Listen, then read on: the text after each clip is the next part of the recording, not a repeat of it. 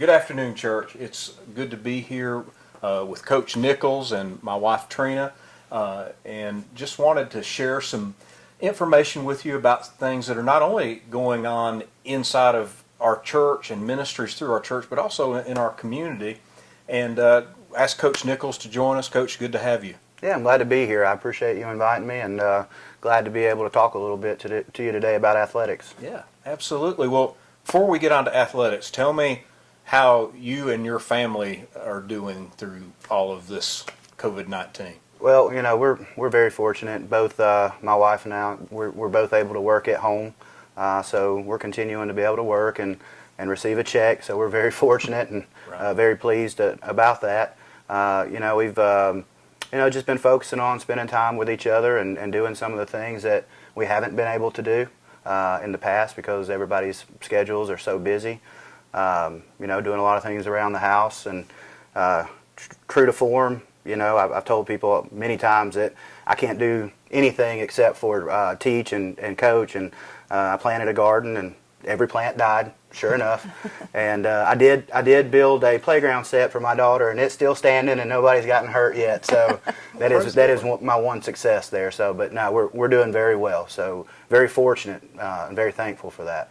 Well, good. So you haven't added on to the house or anything? So No. There are no deck projects going on or anything like that. Not in the Nichols house. So. Well, that's good. Now, obviously, you're very involved in a lot of different parts of the athletic program at North Hall.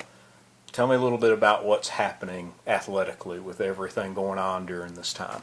Yeah. Well, as everyone knows, it's been very difficult to do much with our athletic teams because we can't meet, and the nature of athletics requires you to be together in physical spaces, and so the majority of things that we normally would be doing at this time we're not able to do. So one thing that we've been doing a lot as an athletic department is coming together and working on some professional development. Really being able to dig deep and talk to each other about, why we do things the way that we do them, where our heart is and the things that we're doing, and really kind of, dig deep into our purpose in athletics. And so that's been very rewarding, and we've enjoyed that very much in our athletic department. Some other things we've been talking about during this time is, how we can support our sponsors, because we've got a lot of small businesses in this community who really support us and have been very good to us, and they're hurting right now with restricted travel and people not going out. And so we're looking at things that we can do to help our sponsors to come together as a community. Christie House has done a really good job with this social media campaign of the One North Hall. I think a lot of you have seen those images out there. Where people are really trying to promote the school spirit, the togetherness that could be lost in a time like this. Mm-hmm. So, she's doing a really good job with that, and a lot of others. And our spring sport coaches specifically, they have done a really good job of trying to make this experience as good as they can for our seniors. Mm-hmm. These seniors are hurting where they missed out on the rest. Some of them have missed almost their entire seasons. And obviously not getting to have senior night and those types of things. And so those coaches have done a really good job of trying to get those kids some exposure, so to speak, some individual time, to make up for those senior night experiences and things that they've been missing. Right. Well, with that being said, when do you see athletics resuming? Yeah, well, it's really tough to say with everything that's going on right now. We're hearing so many conflicting reports from, health organizations versus, politicians and other government agencies. So, it's really tough to really kind of understand where we're at. But by all the indications that I'm seeing, I really don't feel like we're going to be back to athletics until early July. I really think that the GHSA, the Georgia High School Association, always every year has a dead week, and that dead week is the week of 4th of July, and it's a time that there's not supposed to be anything going on, so that families can take their vacations and sort of a break from athletics. I think the earliest time that we would come back would be right after that dead week right there. So maybe the second week of July. is kind of how I feel. I know that the governor has talked about reopening some other things in the state, but Robin Hines, the director of the GHSA, has released a statement in the last day or two that specifically said that although private gyms will be open, that school gyms will not be open, and athletic activities at the school will not resume. So Okay. my feeling is that we're going to be back in July. Yeah, well, that's some great information. Now, with that being said, with the gyms not being open, and I know that your workouts might be a little harder than what some of the kids could come up with on their own. What would you tell our athletes and our parents that they can be doing right now so that they're prepared once things do open back up, so that they don't die during the middle of summer? Sure. Well, the first thing that that families need to be focused on is academics and taking care of school from home. There are various demands that are placed on the kids that they didn't have before, so they need to be focused on taking care of their schoolwork to make sure that they're eligible when we come back from all of this.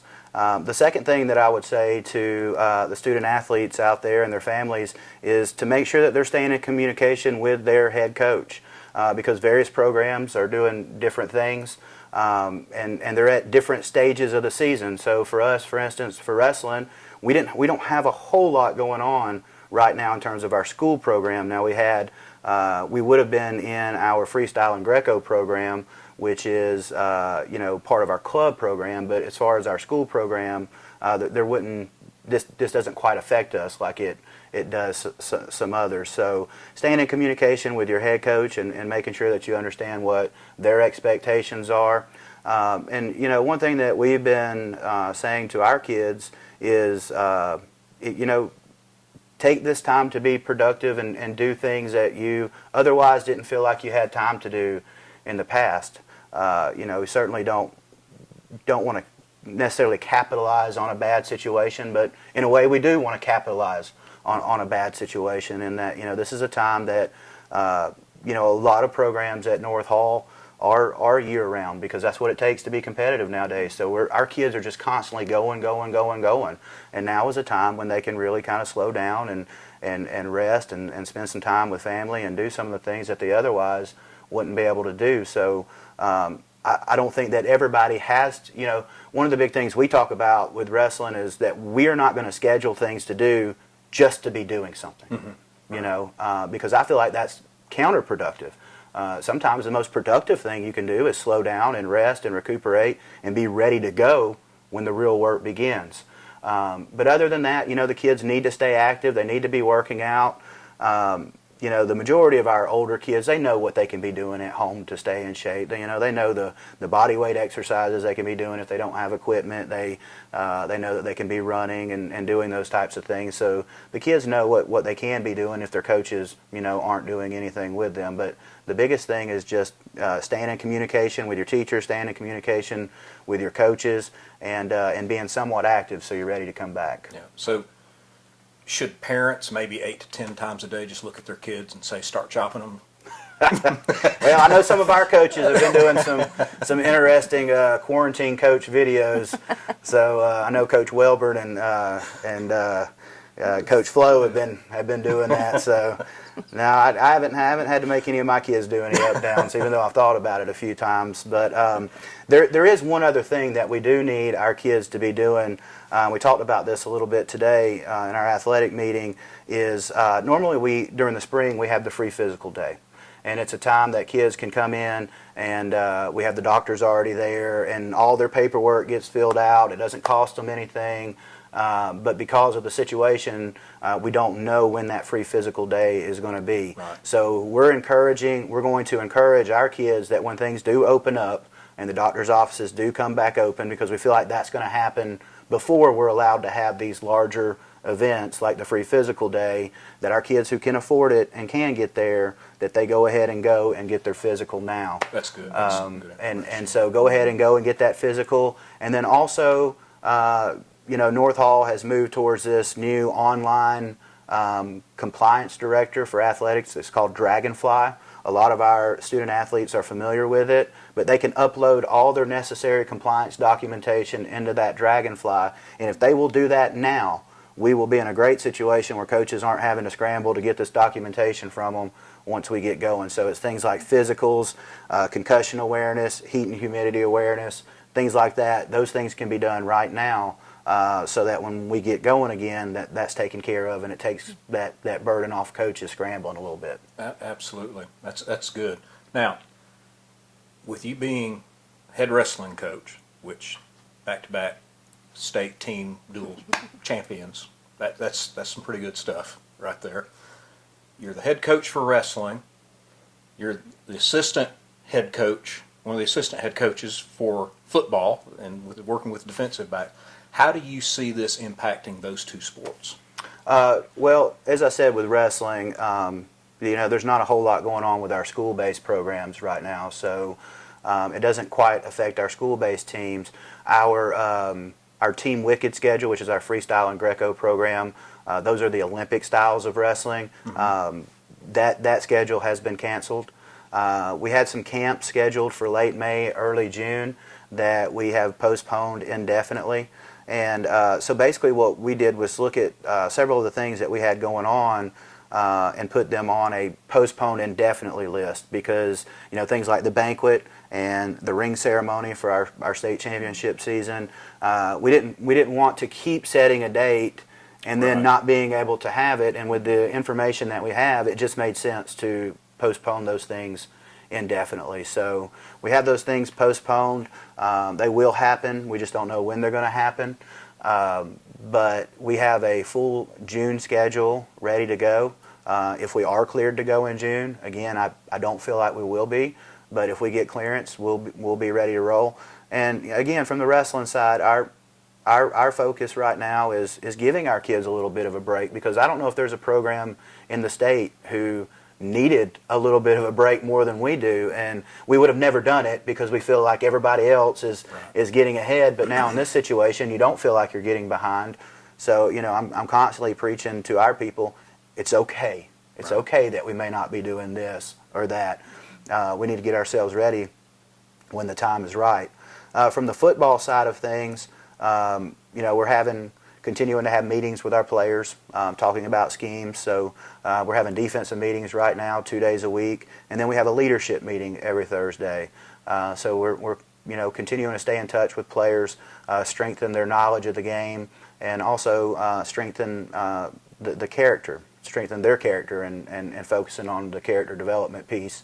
Now with youth football, we're about to kick off registration for youth football. And in previous years, we've always had registration in April and May. But because we felt like we didn't really know what was going to happen, and we wanted to make plans that were going to be accommodating to families, and this is something we've been doing all around in athletics, is that coaches are trying to be smart about planning and being prepared when everything clears, so that when we can go, that we can go and we can start, and that all the planning is done. But we also don't want to make plans that require financial obligations from us that we can't get out of if things get canceled. Right. So we're trying to be good stewards of our programs in terms of protecting program funds, and in terms of protecting family funds, by not committing to things that we don't even know are going to happen, and then not being able to recoup that money. So all that's to say, with Junior Trojan football, we didn't want to have that registration in April and May as we have in previous years, just because we felt like we could find out, in late May, that we may not even be having a season. Right. And so we kind of backed it up a little bit to go as late as we could, so we would have the best intelligence that we could for making decisions. So all that's to say, we backed up Junior Trojan football registration to May and June. So Junior Trojan football registration will start June 1st. We do have a new website this year. The company that was hosting our website and managing our online registration platform was bought out by another company. So those of you who have played Junior Trojan football in the past, you will see that it's a little bit different registration process. So please just keep that in mind. You may have to enter some information this year that you haven't had to enter in years past because it was already in the system. So just keep that in mind as we go through to this new system. But you know, Dina Carlton and Lee Free and several others did a really good job on our old website and made it real easy for us to roll it over to this new website, which we think is going to be very useful for people. The domain name did change, so if you're looking for things about Junior Trojan football, it's online now at juniortrojanfootball.com. Okay, good. Well, you know, folks, one of the things, our coaches, our teachers, our administrators, our school nurses, everybody is still working. You might not see them on site on the school campus, but there's a lot of work being done behind the scenes. And Coach Nichols, I know that obviously you're a competitor and you're the wrestling program, the football, you love that, but even more important, it's the student athlete themselves and pouring into them, and I appreciate all you do with that, and I appreciate you taking time to be with us this morning as we're talking about impacting. You know, we're talking about going and making a difference, and you guys are doing that. So. Sure. So I really appreciate that. And like I said, I appreciate you having me. Glad that I could come on here and talk a little bit about what's going on. Absolutely, absolutely. And speaking of what's going on, I've asked Trina to update us a little bit on some of the ministries that are going on in our church and in our community. So Trina, why don't you share a little bit about what's happening with that? Okay. First, I just want to thank you for your generous donations to our food ministry.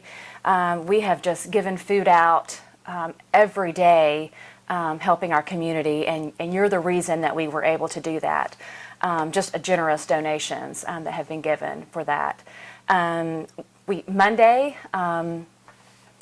is our last day for donations to be dropped off. Since things will be opening up, we can drop off other times, but Monday is our last designated time, 8 to 12, 8 to 10, and then 4 to 6, yes, is our drop-off times. So do that. Also, I just want to thank the Sewing Salon, some church members of ours who have sewn over 300 masks for our school staff and some hospital staff that was desperately needing some masks. So thank you to them. We've distributed those these past few weeks, and it's just been such a blessing to our community for that. Right. Well, we have been feeding over 100 families a week, and the fact that there have been so many people who have come in and brought food has helped tremendously.